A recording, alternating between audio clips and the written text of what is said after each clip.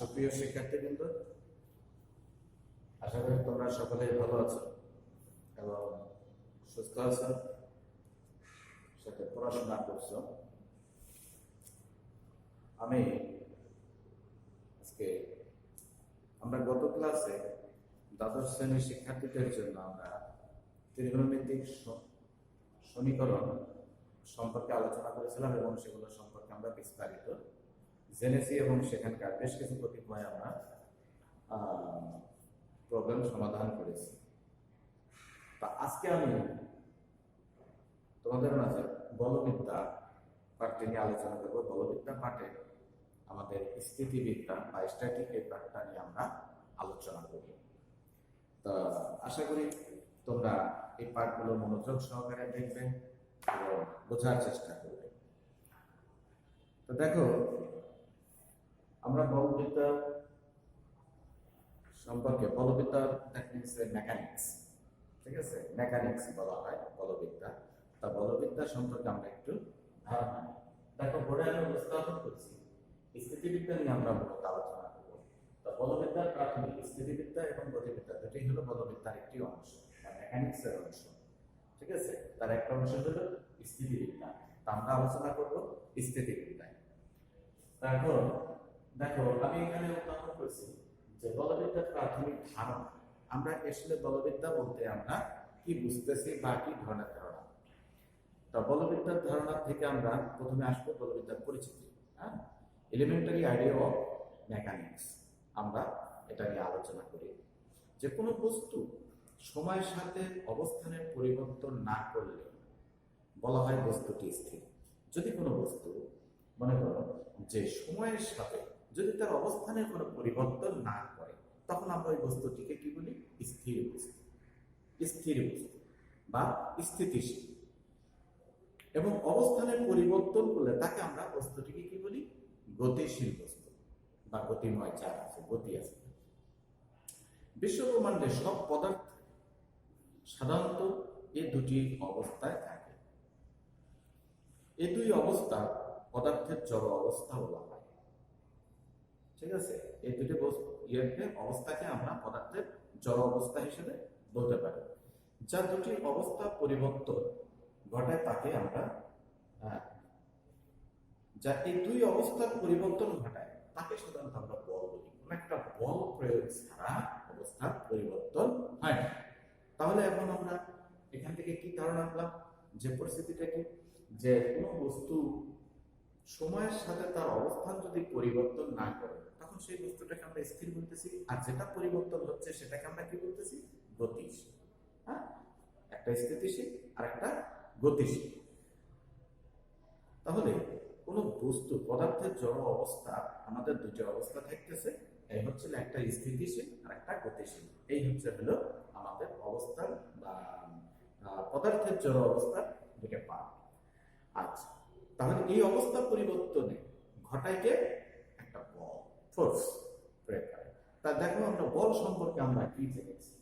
আমরা পরবর্তী পৃষ্ঠা আমাদের আলোচনা হবে কি? বল। তোমরা নবম দশম শ্রেণীতে পদার্থ বিজ্ঞানে তোমরা সেখানে বল সম্পর্কিত বিষয়গুলো জেনেছ। যা স্থির বা গতিশীল বস্তুর উপর প্রয়োগ করে পরিবর্তন ঘটায় বা ঘটাতে চায় তাকে সাধারণত বল। যেমন একটা বস্তু স্থির, সেই বস্তুটাকে যদি আমি কি করি? বল প্রয়োগ না করি, সারা জীবন স্থির থাকবে। এখানে যদি বল প্রয়োগ করি তাহলে সে কি হচ্ছে? বল প্রয়োগের কারণে সে তার গতিশীলতা সৃষ্টি হচ্ছে। তাহলে এই একটা বিষয়। আবার কি বলছে? যে একটা গতিশীল বস্তু, তাকে আমি বল প্রয়োগ করে এখান থেকে থামিয়ে দিলাম। একটা বস্তুর দিকে যাচ্ছে, বল প্রয়োগ করে। সেটা সম্পর্কে তোমরা বাস্তবে জানো যে তোমরা যখন তোমাদের টেবিলে পড়ার টেবিলে বইটা একটা স্থির অবস্থায় থাকে। যখন তুমি তাকে হাত দিয়ে টানছো, তখন সে ওখান থেকে মুভ করছে। তাহলে কি হচ্ছে? তুমি বল প্রয়োগ করছো, তোমার হাতের মাধ্যমে বইয়ের উপর বল প্রয়োগ করেছো, ঠিক আছে। আবার দেখা যাচ্ছে কি, যে ঘরের ভিতর দেখো তোমাদের একটা ছোট ভাই বোন যারা নাকি একটা গাড়ি চালায়, তখন তুমি কি করছো? একটা সাইকেল চলছে, সেটাকে পিছন থেকে টেনে ধরে তুমি তাকে কি করছো? ওটাকে স্থিতি বা থামিয়ে দিচ্ছ বা স্থিতিশীলতা আনছো। তাহলে বল প্রয়োগের মাধ্যমে আমরা কি করতে পারি? স্থিরকে গতিশীল করতে পারি, আবার গতিশীলকে আমরা স্থিতিশীল করতে পারি। তাহলে যে ফোর্স, যে প্রক্রিয়া, যে বস্তু, যে ফোর্সের মাধ্যমে আমরা এই কাজটা করতেছি সেটাই হলো আমাদের ফোর্স বা বল। তাহলে আমরা এখন আসি তাহলে আমাদের বলবিদ্যা সম্পর্কে আলোচনা করি। বলবিদ্যা, বলবিদ্যা বা মেকানিক্স বলা হয় ইংরেজিতে। বলবিদ্যার পার্ট হলো দুটো, একটি হলো স্থিতিবিদ্যা বা স্ট্যাটিক, আর একটা হলো গতিবিদ্যা বা ডাইনামিক। এখন এখানে আমরা আমাদের পাঠ্য বিষয়ের ভিতরে আমরা সাধারণত স্থিতিবিদ্যা নিয়ে আলোচনা করব। তাহলে আসি স্থিতিবিদ্যা একটা সংজ্ঞার ভিতরে আমরা আসি।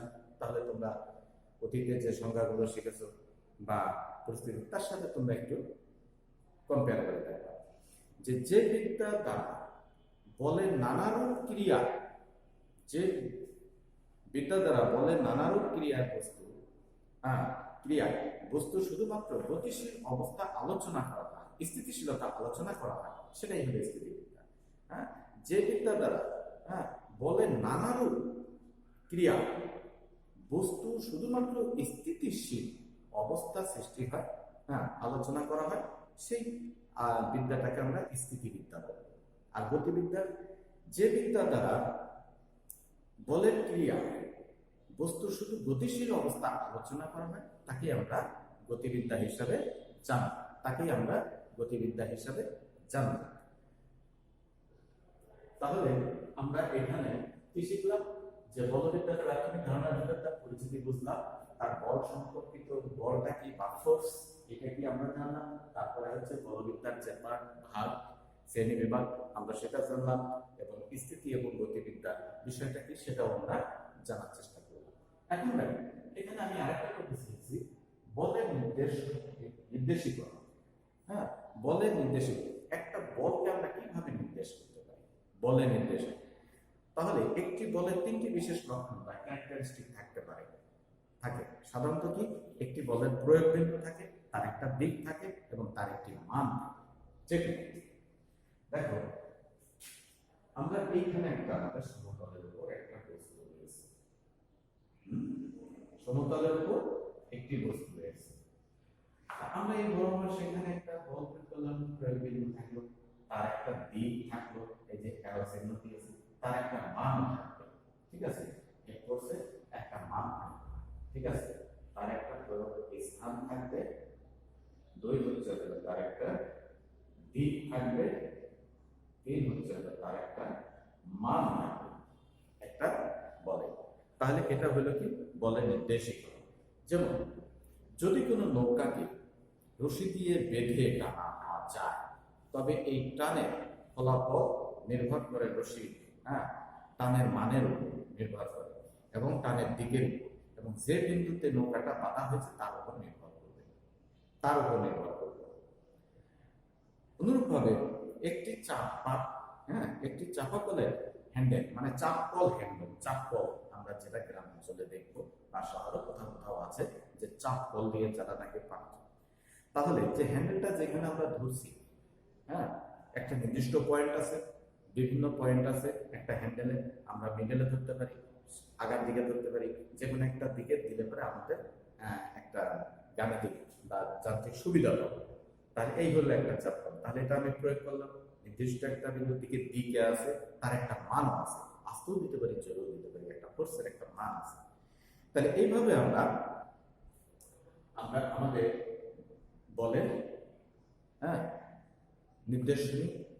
নির্দেশীকরণ আমরা এটা জানতে পারি বা বুঝতে পারলাম। এখন আসো আমরা আরেকটা বিষয় নিয়ে আলোচনা করি, সেটা হচ্ছে বলের ক্রিয়াবিন্দুর স্থানান্তর বিধি। বলের ক্রিয়াবিন্দুর স্থানান্তর বিধি, বলের ক্রিয়াবিন্দুর স্থানান্তর বিধি। তাহলে আমরা এটা নিয়ে আসি। তাহলে বলের ক্রিয়াবিন্দুর স্থানান্তর বিধিটা হচ্ছে কি, principle of transmissibility of a force, এটা বলা হয়। তাহলে একটি রেখার প্রয়োগ বিন্দু এক স্থান থেকে অন্য স্থানে নিয়ে গেলে দৃঢ় বস্তুর উপর বলের ক্রিয়ার কোনো প্রভেদ ঘটে না। মনে করে একটা দৃঢ় বস্তু, মানে রিজিড বডি, এই বস্তু বস্তু এ বিন্দুতে, মনে করে এখানে একটা এ বিন্দুতে কাজ করতেছে, আমরা এদিকে বি কে নেব। তাহলে এ বিন্দু থেকে এবি রেখায় পি মানে, হ্যাঁ এফ মানে বা পি মানে আমি এখানে আগে আলোচনা করছিলাম এফ, এখন এটা পি। তাহলে এখন এখানে দেখা যাবে কি পি মানের একটি বল, হ্যাঁ কাজ করে। যদি বি বিন্দুতে পি মানের দুটি বিপরীত বল বি এ এবং এ বি, হ্যাঁ এইভাবে হতে পারে, আবার এইভাবে হতে পারে, দুটি বল বিপরীতমুখী, বিপরীত বল এ বি এবং বি এ দিকে প্রয়োগ করা হয়, তবে তারা পরস্পরকে কি করবে, বাতিল করে দেবে একটার একটা। যেমন এই বলটা আমি এদিকে টানছি, এদিকেও টানছি, আবার এদিক থেকে ধাক্কা দিচ্ছি, এদিক থেকেও ধাক্কা দিচ্ছি, তাহলে কি একটা আরেকটা বলকে কি করছে, হ্যাঁ বাতিল করে দিচ্ছে। তাহলে কি হচ্ছে, এখানে সাম্যাবস্থা সৃষ্টি হচ্ছে, সাম্যাবস্থা সৃষ্টি হয়। সুতরাং এই বল দুটির আদি বলের উপর, হ্যাঁ কোনো ক্রিয়া করবে না, আদি বলের উপর কোনো ক্রিয়া করবে না। এখন এ বিন্দুতে যদি আমরা পি বল এবং বি বিন্দুতে যদি বি এ দিক বরাবর যদি আমি আরেকটা পি বল প্রয়োগ করি, ঠিক আছে, পি বল আমরা যদি এখানে প্রয়োগ করি, তাহলে বিষয়টা কি সৃষ্টি হয়, সাম্যাবস্থা সৃষ্টি হয় বা ইকুইলিব্রিয়াম অবস্থা সৃষ্টি হয়।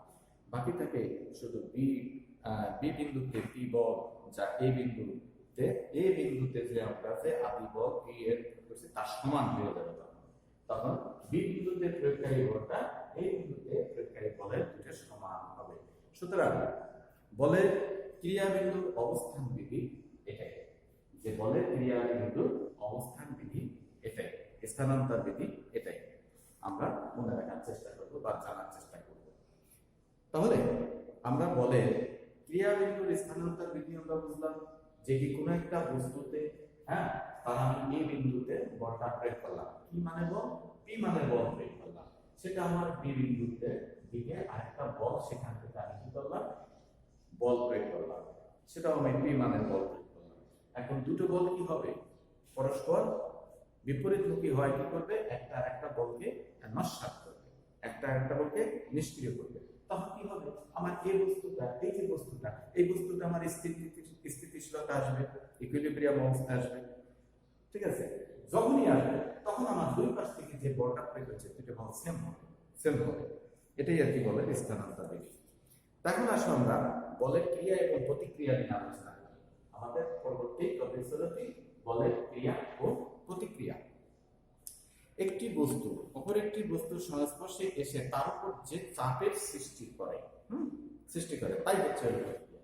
এখন মনে করো আমার এই সম্পর্কটা এখন এখানে আমি একটু বলে এইখানে, তাহলে এখন এখানে এই যে বস্তুটা মনে করি এটা একটা টেবিলের উপর আছে, এটা একটি টেবিলের উপর আছে, ঠিক আছে, এটা এই বিন্দু, এটাকে বি বিন্দু, এই বস্তুটা আমার একটা টেবিলের উপর আছে। তাহলে এই বস্তুটার মিডল বরাবর আমার একটা বল সে এই বরাবর প্রয়োগ করতেছে, চাপ প্রয়োগ করতেছে, ঠিক আছে। আমার টেবিলও কিন্তু উল্টাভাবে এইভাবে চাপ প্রয়োগ করতেছে। তাহলে তাহলে দেখো একটি বস্তু অপর একটি বস্তুর সংস্পর্শে এসে তার উপর যে চাপ সৃষ্টি করে তাই ক্রিয়া। এই বস্তুটা আমার এই সাপোর্টের উপর যে চাপ সৃষ্টি করতেছে এটা ক্রিয়া করতেছে।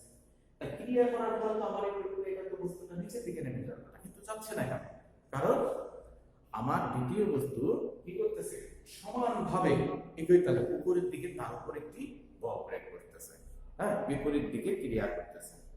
ক্রিয়া করার কারণে প্রথম বলটির উপর ক্রিয়া করতেছে, তাহলে প্রথম বস্তুর উপর দ্বিতীয় বস্তু দ্বারা প্রযুক্ত প্রতিক্রিয়া।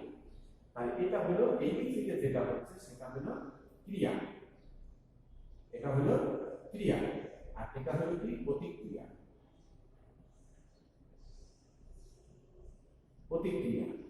এটা হচ্ছে, তাহলে টেবিল বস্তু দিচ্ছে টেবিলের উপর ক্রিয়া, আর টেবিলটা দিচ্ছে কি বস্তুর উপর প্রতিক্রিয়া। যখন একটি বই হরাইজন্টালি তুমি তোমার টেবিলে রাখো, টেবিলের উপর স্থিতি অবস্থায় থাকে, তখন এখানে দুটি বল কাজ করে। একটি হলো বলের ওজন টেবিলের উপর নিম্ন দিকে কাজ করে, নিম্নমুখী চাপ দেয়, হ্যাঁ দেওয়া, এটা হলো ক্রিয়া। আর টেবিল যে বইটাকে ধরে রেখেছে, তাহলে টেবিল ওই বইয়ের উপর একটা সমানভাবে প্রতিক্রিয়া সৃষ্টি করছে। আর যদি টেবিলে প্রতিক্রিয়া না থাকতো তাহলে টেবিল থেকে বইটা নিচের দিকে সরাসরি পড়ে যেতে পারত, ঠিক আছে। কিন্তু টেবিলটি বইটির ওজনের সমান এবং বিপরীতমুখী, হ্যাঁ, এমন বল প্রয়োগ করে যা বইয়ের ওজনটিকে সে কি করতেছে, বাতিল করে দিচ্ছে। তাহলে প্রতিক্রিয়া সর্বদা বস্তুর পৃষ্ঠের উপর লম্বা বরাবর হতে পারে। মনে রাখবা যে প্রতিক্রিয়াটি কোন বস্তুর উপর ঊর্ধ্বমুখী, হ্যাঁ, লম্ব বরাবর ক্রিয়া করবে। এটাও লম্বভাবে করলো, এটাও এখানে লম্বভাবে ক্রিয়া করবে। তাহলে আমরা এখানে কোন বলের ক্রিয়া এবং প্রতিক্রিয়া সম্পর্কে বিষয়টা বুঝতে পারলাম। এখন আসুন আমি আর কিছু টপিক শেখাতে চাচ্ছি। যেমন তোমরা প্রত্যেক ক্লাসগুলো থেকে তোমরা পদার্থ থেকে জেনেছো যে টান, চাপ, ঠেলা, আকর্ষণ, বিকর্ষণ এবং ওজন এই সম্পর্কিত আমরা এগুলো জেনেছো। আজ একটু আলোচনা করি। যেমন টান, টেনশন, টান এটা একটা হলো টেনশন, তোমরা শিখেছো। যখন একটি বস্তুকে একটি সুতা বা স্প্রিং দিয়ে সাহায্যে টানা হয় বা ঝোলানো হয়, তখন ওই সুতা বা স্ট্রিং কি হবে, স্ট্রিং দ্বারা বস্তুটিতে একটি বল প্রয়োগ করা হয় এবং এই বলকে সাধারণত টান। যেমন তোমরা এরকম একটা সুতা ঝুলিয়ে রাখবা, তার একটা সুতা আগায় যদি তোমরা একটা বল বা বস্তু ফেলে দাও, তাহলে কি হবে, তাহলে সুতাটা টান হবে। তাহলে যখন একটি বস্তুকে একটি সুতা সাহায্যে টানা বা ঝুলানো হয়, তখন ওই সুতা দ্বারা বস্তুটিতে একটি বল প্রয়োগ হয়। যদি বস্তুটিকে বল প্রয়োগ না করে, তাহলে তার বস্তুটা নিচের দিকে চলে যাওয়ার কথা, সে টেনে ধরছে না, সে টেনে ধরেছে। তাহলে এই বলটাকে কি বলবো, তখন আমরা টান বলবো। এই বলটিকে আমরা টান বলবো। আচ্ছা, এরপরে আসি আমরা চাপের কথা আলোচনা। চাপ বা প্রেসার একে অপরকে স্পর্শ করছে এরূপ দুটি বস্তুর মধ্যে যদি আমরা একটিকে ভেদ করে অপরটির প্রবেশ ক্ষমতাকে যে বল দ্বারা প্রতিরোধ করা হয় তাকে ঠেলা বলা হয়। যেমন এখানে এই টেবিলের উপর যে বস্তুটা রয়েছে সে একটা চাপ দিয়েছে, টেবিল আবার সমানভাবে বিপরীতমুখী চাপ দিয়েছে, ঠিক আছে। এটা হলো প্রেসার। আবার কি করতেছে, সে আবার এখান থেকে চাপ প্রয়োগ করছে এই বস্তুটা টেবিলে আবার কি করছে, এখান থেকে ঠেলা দিয়েছে উপরের দিকে, যাকে বলা হয় ঠেলা বা ট্রাকশন। আচ্ছা, এরপরে আমরা আসি ঘর্ষণের কথা। তাহলে বস্তু এখানে কি দিতেছে, আমার এখানে দিতেছে হচ্ছে চাপ, আর টেবিল এখান থেকে কি দিচ্ছে, ঠেলা। এটা এখান থেকে দিচ্ছে ঠেলা দিচ্ছে। তাহলে এখন আমরা এখানে ঘর্ষণের ব্যাপার আসি যে যদি একটি বস্তু অপর একটি বস্তুর উপর ঘুরিয়ে চলে বা ঘুরিয়ে চলতে চায়, তখন ওই গড়ানো প্রবণতাটা রোধ করার জন্য এদের সাধারণ তল বরাবর বিপরীত দিকে ক্রিয়াশীল একটি বল সক্রিয় হয়, যাকে বলা হয় ঘর্ষণ। এখন দেখো, আমরা এটা একটা সমতল, এখানে একটা বল আছে, ঠিক আছে। আমরা যদি একটা কালারের বল দেখি, এরকম একটা বল আছে। এখন বলটা যখন আমরা এই দিকে ঘুরিয়ে যাচ্ছি, তখন কিন্তু সে ঘুরিয়ে যাচ্ছে, ভূমি কি করতেছে, এই বরাবর তার একটা ঘর্ষণ সৃষ্টি, বাধা দেবে।